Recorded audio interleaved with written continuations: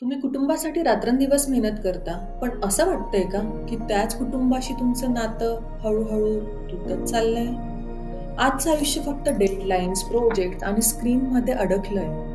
Career, gadgets, lifestyle या धावपळीत आपण धावतच राहतो. पण या शर्यतीत आपण हरवत आहोत काहीतरी खूप मौल्यवान. हो, काहीतरी खूप मौल्यवान.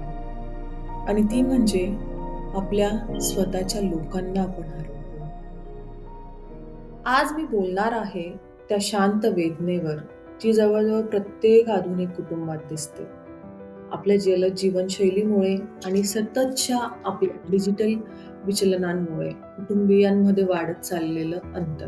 हो, कुटुंबियांमध्ये वाढत चाललेलं अंतर. सांगायचं तर आपल्यापैकी बरेच जण 10 ते 12 तास काम करतो. विशेषतः आय-टीमध्ये तुम्हाला दिवसभर स्क्रीनसमोर काम करावं लागतं आणि ते 10-12 तास स्क्रीनसमोर काम केल्यानंतरही आपण खऱ्या अर्थाने डिस्कनेक्ट होतो का? तर नाही. आपण घरी गेल्यानंतर सुद्धा फोन आपल्याजवळ आहे, पण जोडीदारासाठी वेळ नाही. मोबाईल आपल्यासोबत जास्त असतो आपल्या जोडीदारापेक्षा. मुलं संवादाशिवाय मोठी होत आहेत. त्यांच्याकडे कुठेतरी आपलं दुर्लक्ष होत आहे. आणि नवरा-बायको सुद्धा जेव्हा रात्री एकमेकांच्या शेजारी झोपलेले असतात, तेव्हा त्यांच्या हातात फोन असतो. पण त्यांना एकमेकांशी बोलायला वेळ नाही. तर मला असं वाटतं आपलं पाऊल कुठेतरी चुकीचं पडतं आहे. हो, कुठेतरी आपण चुकतो आहे. आपण वेळेवरच जागी व्हायला हवं आणि ह्या काही गोष्टी ज्या आहेत त्या बदलायला हव्या. मराठीत एक वाक्य आहे, घर आहे पण संवाद नाही. आणि हेच खरं तर आपल्या आयुष्यात घडतंय. हो, हेच आपल्या आयुष्यात घडतंय. सुरुवातीला हे सगळं काही आपल्याला नॉर्मल वाटतं, सामान्य वाटतं. असं वाटतं की ओके, सगळे बिझी आहेत, आपल्या कामांमध्ये दमलेले आहेत. पण हळू ही जी जीवनशैली आहे ना, ही एक खूप मोठी भावनिक दरी निर्माण करते. हो, खूप मोठी भावनिक दरी निर्माण करते. मुलांना दुर्लक्षित केल्यासारखं वाटू लागतं. ते आपल्यासोबत बोलणं कमी करतात. जोडीदाराला कुठेतरी कमीपणा, तुटलेपणा जाणवतो नात्यामध्ये. घरातले वडीलधारी लोकंसुद्धा एकटेपणा अनुभवतात. घर लोकांनी भरलेलं असलं तरी सुद्धा असं वाटतं, की काहीतरी कमी आहे आणि एक दिवस आपल्याला जाणवतं, मी कुटुंबासोबत इतका दुरावलेला का वाटतोय? माझं घर आज मला एवढं शांत का वाटतंय? खरं सांगायचं तर आपण कुटुंब एकदम गमावलं नाही. आपण ते गमावलंय एक दुर्लक्षित क्षणातून. आपण म्हणतो, की आपण कुटुंबांसाठी कष्ट करतोय. पण जर हाच कष्ट आणि हाच आपला वेळ, लक्ष आणि भावनिक नातं हिरावून घेणार असेल, तर त्याचा काय उपयोग? अ, संपत्ती आणि सोयी-सुविधा छान आहेत, मान्य आहे मला. पण त्या प्रेम, आदर आणि संवादाच्या किमतीवर नको.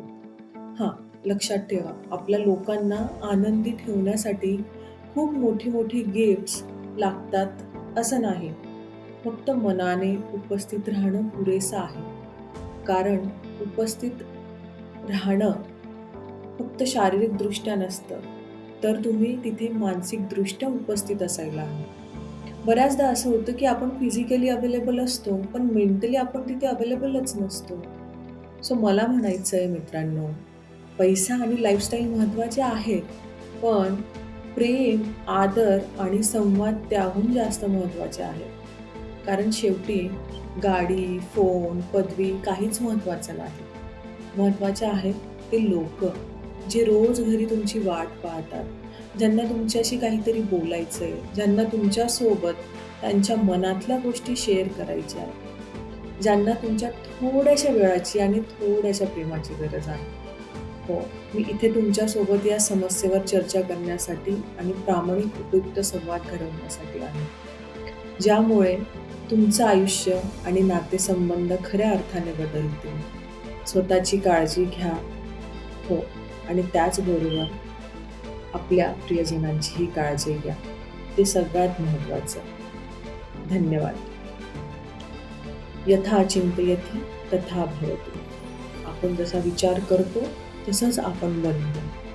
तुम्हाला जर माझा आजचा मुद्दा आवडला असेल आणि तुम्हाला कुठल्याही मदतीची गरज आहे, तुम्हाला असं वाटते की तुम्हाला कुठल्या गोष्टीविषयी माझ्यासोबत चर्चा करायची आहे, तुमचे काही प्रॉब्लेम्स आहेत, तुम्हाला त्या गोष्टींवर चर्चा करायची आहे, तर प्लीज खाली दिलेल्या ईमेल ॲड्रेसवर तुम्ही आम्हाला ईमेल करू शकतात.